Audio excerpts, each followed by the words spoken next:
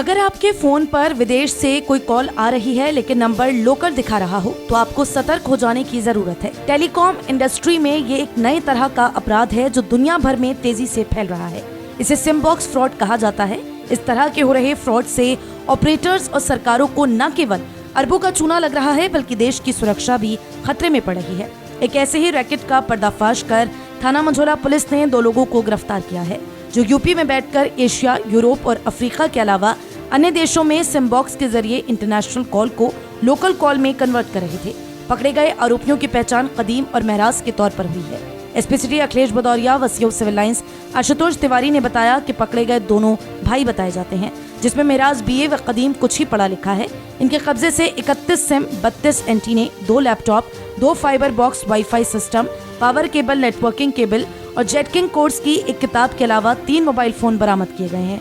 फिलहाल पुलिस पकड़े गए दोनों आरोपियों के पाकिस्तान से लिंक होने की भी जांच कर रही है।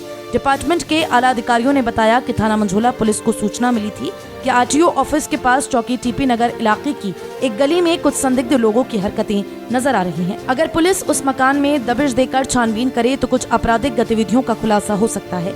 सूचना मिलते ही टीम मुखबिर के बताए स्थान पर पहुंच गई और मकान का दरवाजा खटखटाया। अंदर मौजूद व्यक्ति ने पुलिस को देखते ही दरवाजा बंद करने का प्रयास किया, लेकिन टीम अंदर घुसी और जब मकान की ऊपरी मंजिल पर देखा तो सभी हैरान रह गए। मकान की इस मंजिल पर मिनी टेलीफोन एक्सचेंज चल रहा था। जगह जगह लाइट व एंटीने लगे हुए थे। इस निजी सर्वर एक्सचेंज पर दुबई, सऊदी अरब और कतर के कॉल आ रहे थे। विदेशी कॉल को सिम बॉक्स के जरिए ट्रांसफर कर बात कराई जाती थी। विदेश से बात करने वाले को भारत के अंदर कॉल करने का जो रेट होता था उतने पैसे ही देने पड़ते थे।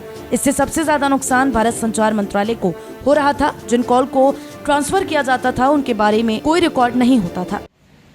ये एक गैंग थाना मंझोला पुलिस और एसओजी टीम के द्वारा पकड़ा गया है और ये बेसिकली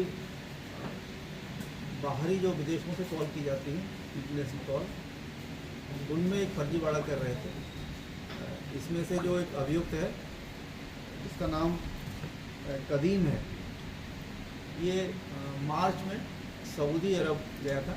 तो वहाँ इसके अपने एक अन्य साथी से वहाँ में मिला जो संभवतः इसका काम पहले से करता रहा होगा। उसने इसको बताया कि एक सेटअप है जो मैं तुमको दूंगा, इसका खर्चा भी मैं ही वहन करूँगा और तुमको वहाँ पर इसको सेटअप को लगाना है। इसमें कुछ सिम कार्ड्स होंगे जिन्हें इंस्टॉल करना होगा, तो सारी चीज़ें वो उपलब्ध कराएगा इनको और इसके बदले में इनको 20,000 रुपये पर मंथ इनको सैलरी देगा। इसने अपने छोटा भाई इसका जो यहाँ इंडिया में रह रहा था उससे इसने बात की। तो इन दोनों भाइयों ने मिलकर, जिसका नाम महराज है, ये दोनों डोमगर थाना कुदर की जनपद मुरादाबाद के रहने वाले हैं।